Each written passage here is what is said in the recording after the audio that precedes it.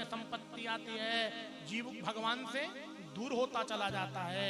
सबसे ज्यादा याद व्यक्ति को जीवन में भगवान की विपत्ति में आती है, विपत्ति में। और संपत्ति को संपत्ति नहीं कहते, विपत्ति को विपत्ति नहीं कहते। जानते इस मनुष्य जीवन की सबसे बड़ी संपत्ति और इस मनुष्य जीवन की सबसे बड़ी विपत्ति क्या है?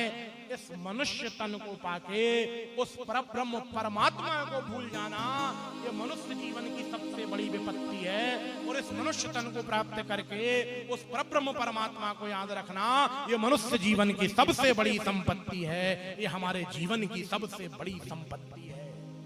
और मेरे भगवान बोलने लगे, मित्र सुदामा, यदि मैं जीवन में संपत्ति दूं, पद दूं, ऐश्वर्य दूं, वैभव दूं, तो उस पद को, उस संपत्ति को, उस धन को व्यक्ति मेरा प्रसाद समझ के स्वीकार करे, उसकी संपत्ति और पद में कभी विकृति नहीं आती, वो सदा सदा के लिए स्थायी रहती है। यदि भगवान की कृपा से आपको संपत्ति मिले, उसे भगवान का प्रसाद समझ के ही हमें स्वीकार करना चाहिए।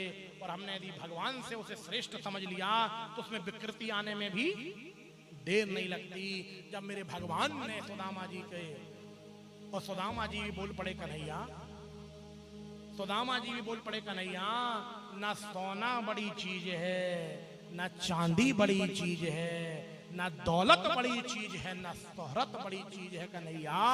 अगर इस जहां में कोई बड़ी चीज है तो कृष्ण नाम की भक्ति बड़ी चीज है, श्याम नाम की भक्ति बड़ी चीज है।